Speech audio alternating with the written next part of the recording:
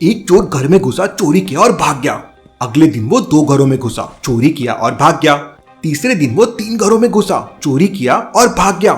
चौथे दिन वो 4 घरों में घुसा और चोरी किया और भाग गया। डिटेक्टिव मेहुल ने इस क्राइम की डीप इन्वेस्टिगेशन करने का सोचा। वो ध्यान से चोरी करने के पैटर्न को ऑब्जर्व करने लगा। यह है पहली चोरी, यह है दूसरी चोरी, यह है तीसरी चोरी और यह है चौथी चोरी। अब ये तो श्योर था कि 5वें दिन 5 घरों में चोरी होने वाली है, लेकिन कौन से 5 घरों में? मेहुल हाउस के पैटर्न्स को ध्यान से समझने की कोशिश करता है और समझ जाता है कि 5वें दिन कौन से 5 हाउसेस में चोरी होने वाली है, ए, बी या सी। सोचिए लॉजिकल आर्मी और मुझे आपका आंसर कमेंट करके बताएं।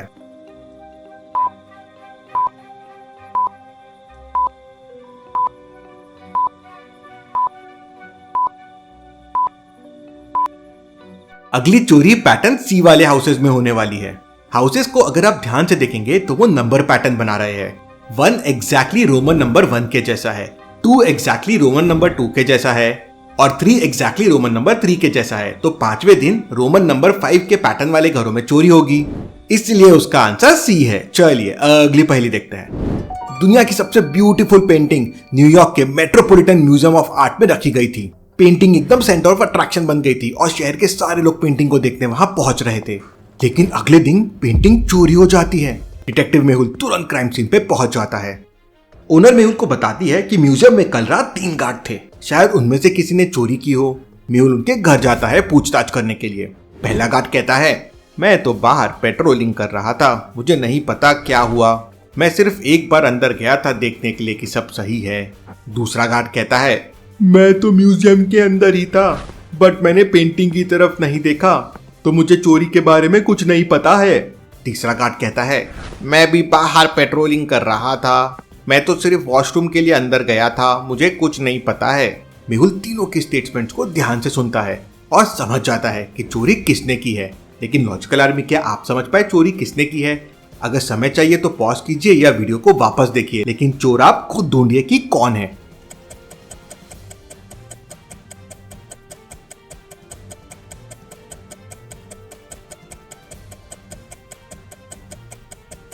गार्ड 3 चोर है।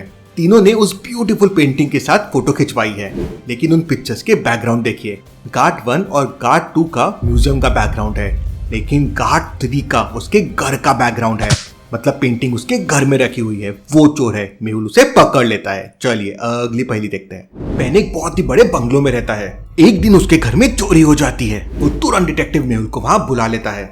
मेहुल घर के एंट्रेंस और लॉबी को अच्छे से इन्वेस्टिगेट करता है, तो उसे समझता है कि लॉक को तोड़ा नहीं गया था। तब बेन मेहुल को बताता है, हाँ, मैंने इस बड़े वाले स्टोन के नीचे कुछ महीने पहले चाबी छुपा दी थी, शायद हो सकता है रॉबर्स को ये पता हो। मेहुल तुरंत समझ जाता है कि बेन झूठ बोल रहा है। कैसे लॉजिकल आर्मी, मेहुल को ये कैसे समझ गया? सोचिए सोचिए।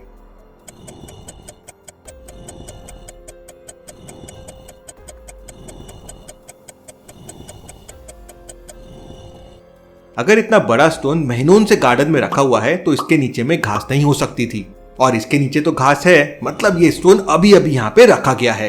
ये एक फेक रॉबरी है। मेहुल ये समझ जाता है। चलिए अगली पहेली देखते हैं। आज का दिन मिस्टर वॉल्टर के लिए बड़ा बोरिंग जा रहा था। सुबह से एक भी कस्टमर नहीं आया था। वो बैठे बैठे इतना थक गया था कि वहीं पे सो जाता है। तभी एक आदमी शॉप में आता है। वो देखता है कि मिस्टर वॉल्टर सोया हुआ है, तो वो 1000 रुपए उनके काउंटर से चुराता है और भाग जाता है। थोड़ी देर बाद वो शॉप में वापस आता है और मिस्टर वॉल्टर से 300 रुपए के हेडफोन्स लेता है। वो उन्हें उस हेडफोन्स के लिए 1000 रुपीज देता है। मिस्टर वॉल्टर 1000 रुपीज लेते हैं, 300 रुपए रखते हैं और 700 रुपए उसे वापस दे देते हैं। तो सोचिए लॉजिकल आर्मी और मुझे बताइए मिस्टर वॉल्टर को टोटल लॉस कितना हो गया? सोचिए सोचिए।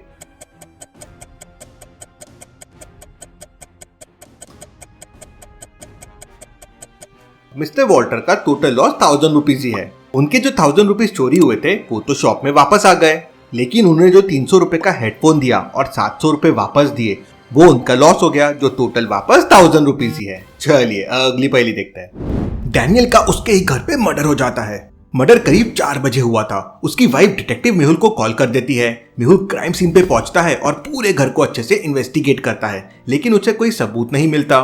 उसके बाद वो मेड और कुक से पूछताछ करता है। मेड कहती है, मैं तो सर के रूम में करीब 3:30 को कॉफी देने गई थी, उसके बाद मैं वापस नहीं गई।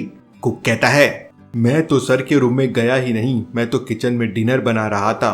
फिर डैनियल की वाइफ कहती है, मैं उसके रूम में करीब 3:45 को गई थी। वो अपने कंप्यूटर पे काम कर रहा था और कॉफी पी रहा था। फिर मैं 3:50 को अपने कमरे में वापस चली गई। मेहुल तुरंत समझ जाता है कि खून किसने किया होगा, लेकिन क्या आप समझ पाए लॉजिकल आर्मी?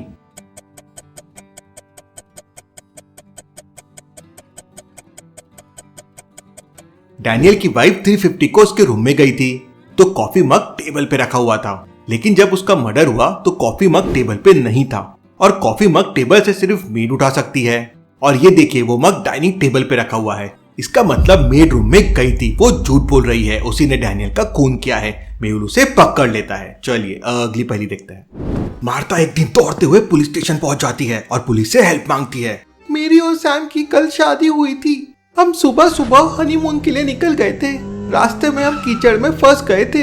हमारी कार मूव नहीं हो रही थी तो हम लोग नीचे उतरे और कार को बाहर निकालने की कोशिश कर रहे थे, लेकिन कार नहीं निकली। फिर मैंने सैम को वहीं जंगल में छोड़ दिया और मदद के लिए बाहर ढूंढने निकली, लेकिन जब मैं वापस आई तो वो मर चुका था। इंस्पेक्टर समझ जाता है कि मार्था झूठ बोल रही है और उसे तुरंत पकड़ लेता है। क्यों लॉजिकल आर्मी? इंस्पेक्टर को ऐसा क्यों लगा? सोचिए सोचिए।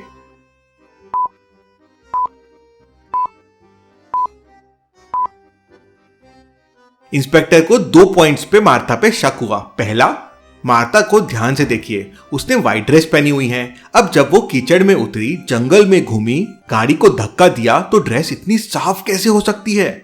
और दूसरी बात, जंगल में उसे किसी की हेल्प नहीं मिली, लेकिन वो पुलिस स्टेशन पहुंच गई। ऐसा कैसे पॉसिबल है? इसलिए इंस्पेक्टर उसे पकड़ लेता है। चलिए अगली पहेली देखते हैं। बहुत ही ब्यूटीफुल दिन था। रोजी ने काफी दिन से शॉपिंग नहीं किया था तो वो शॉपिंग करने के लिए तैयार हो जाती है और सुबह सुबह ही निकल जाती है। शाम हो चुकी थी लेकिन रोजी अभी तक घर नहीं आई थी। उसका हस्बैंड टेंशन में आ जाता है और तुरंत उसको कॉल करता है, लेकिन वो कॉल नहीं उठाती। वो तुरंत डिटेक्टिव मेहुल को इन्फॉर्म कर देता है कि उसकी वाइफ शॉपिंग करने के लिए हॉलमार्क मॉल में गई थी, लेकिन अब तक वापस नहीं आई है। उसने कॉल करने की कोशिश की लेकिन उसका फोन आउट ऑफ सर्विस है। मेहुल तुरंत उसके घर पे पहुंच जाता है और सबसे पूछताछ करता है। रोजी की डॉटर कहती है, मैं भी मम्मा के साथ शॉपिंग करने जाने वाली थी, बट फिर मेरा प्लान कैंसिल हो गया और वो किसी के साथ गई थी, कौन मुझे नहीं पता। रोजी की मेड कहती है, मैं भी मैम के साथ शॉपिंग पे जाने वाली थी, बट फिर उन्होंने आखिरी मोमेंट पे मुझे घर पे रहने के लिए कहा और कहा कि वो कोई फ्रेंड के साथ जाने वाली है। उसका हस्बैंड कहता है, मैं तो ऑफिस में ही था, बहुत बार कॉल करने की कोशिश की लेकिन उसने कॉल नहीं उठाई। जब मैं घर आया देखा वो नहीं है तो मैंने आपको कॉल कर दिया। रोजी के फ्रेंड कहते हैं, हमें तो उसने शॉपिंग के लिए पूछा ही नहीं, हम तो सुबह से घर पे थे। आप मेरे सीसीटीवी कैमरा भी चेक कर सकते हैं, मुझे कुछ नहीं पता है। मेहुल तुरंत समझ जाता है कि किडनैपिंग में कौन इन्वॉल्व है और कौन झूठ बोल रहा है, लेकिन क्या आप समझ पाए लॉजिकल आर्मी? सोचिए सोचिए।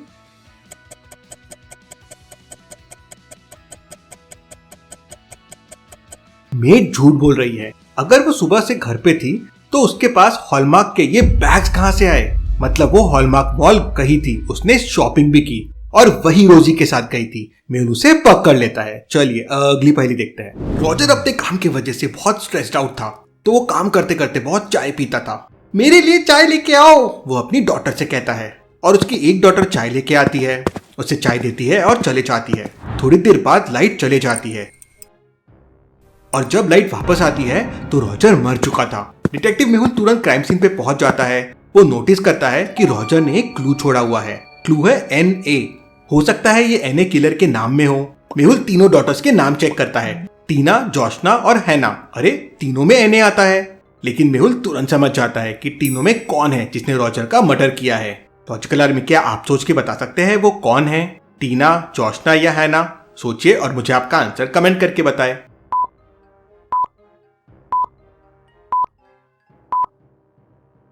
जब रॉजर मरा था तो उसने NA लिख दिया था और हाथ में कप पकड़ा हुआ था, मतलब टी ना। मेहुल ये समझ जाता है और उसे पकड़ लेता है। चलिए अगली पहेली देखते हैं। एक कार बहुत ही तेजी से जा रही थी। वो इतनी तेज थी कि उसने सारे स्पीड के रूल्स तोड़ दिए थे। पुलिस उसको चेस करती है। एक रेस्टोरेंट के पास जाके वो कार रुक जाती है और उसमें से 2 लड़कियां बाहर निकलती है। इंस्पेक्टर तुरंत उनको रोकता है और पूछता है, तुम में से कौन गाड़ी चला रहा था? जो भी चला रहा था ओवर स्पीडिंग के लिए मैं उसे अरेस्ट करूंगा। दोनों एक साथ कहते हैं, मैंने नहीं थी। और दोनों एक दूसरे को ब्लेम करने लगते हैं। लेकिन इंस्पेक्टर समझ जाता है कि दोनों में से कौन कार चला रहा था। लेकिन क्या आप समझ पाए लॉजिकल आर्मी? सोचिए और मुझे आपका आंसर कमेंट करके बताएं।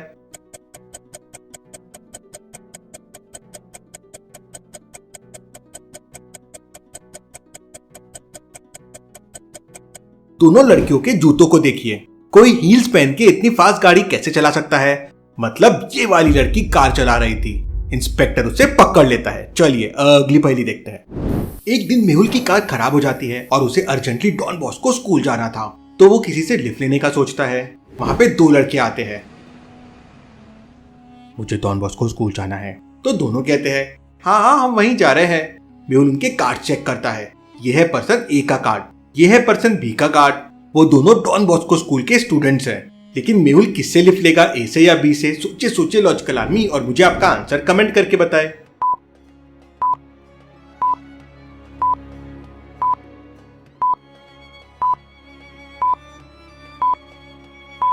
मेहुल ए वाले से लिफ्ट लेगा। बी वाले का बर्थ ईयर 2010 है, मतलब वो अभी सिर्फ 13 साल का है। वो इलीगली ड्राइव कर रहा है और उसके साथ ड्राइव करना मेहुल के लिए सेफ नहीं रहेगा। उल्टा उस ड्राइवर को रिपोर्ट करना चाहिए। चलिए अगली पहेली देखते हैं। तीन लड़कियां एक रोड साइड पे कपड़े धो रही थी। वहां पे एक इंडिया घूमने के लिए टूरिस्ट आती है। उसका नेम स्टेला है। वो एकदम शॉक हो जाती है लड़कियों को इस तरह कपड़े धोते हुए। फिर वो घूमते घूमते अगले लोकेलिटी में चले जाती है। तभी उसे रियलाइज होता है कि उसका पर्स कहीं गिर गया है, तो वो वापस से उसी जगह पे आती है। जब वो वहां आती है तो उसका पर्स वहां से गायब था। अब वहां पे बस तीन लेडीज थी, मतलब इन तीनों में से किसी ने पर्स चुराया होगा। सोचिए लॉजिकल आर्मी, ध्यान से सीन्स को ऑब्जर्व कीजिए और मुझे बताइए पर्स किसने चुराया होगा।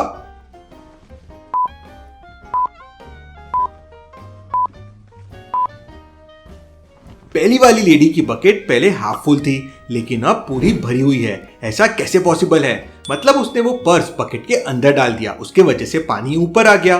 स्टेला ये समझ जाती है, अंदर हाथ डालती है तो उसको पर्स मिल जाता है। चलिए अगली पहेली देखते हैं। रिक का एक दिन खून हो जाता है। डिटेक्टिव मेहुल क्राइम सीन पे पहुंच जाता है। उसको रिक के घर पे कुछ क्लूज मिलते हैं। मर्डर खिड़की से आया होगा, फिर रिक को मारा और वहां से भाग गया। घर पे उस वक्त 4 लोग थे।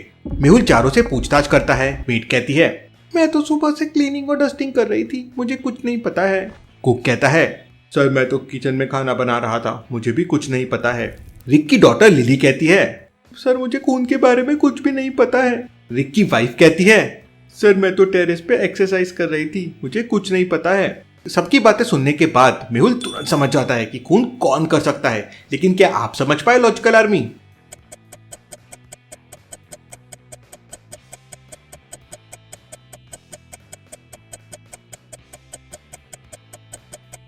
रिक की वाइफ ने उसे मारा है। क्राइम सीन पे देखिए शू प्रिंट है जो विंडो से बाहर जा रहे हैं और यहाँ पर सिर्फ रिक की वाइफ ने शूज पहने हुए हैं। मतलब वही विंडो से आई थी खून की और विंडो से भाग गई।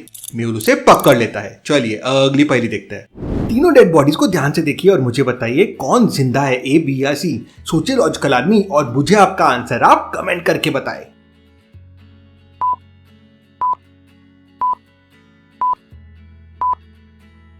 ऐसी और पहेलियों के लिए जल्दी से चैनल को सब्सक्राइब कर लीजिए। Thank you.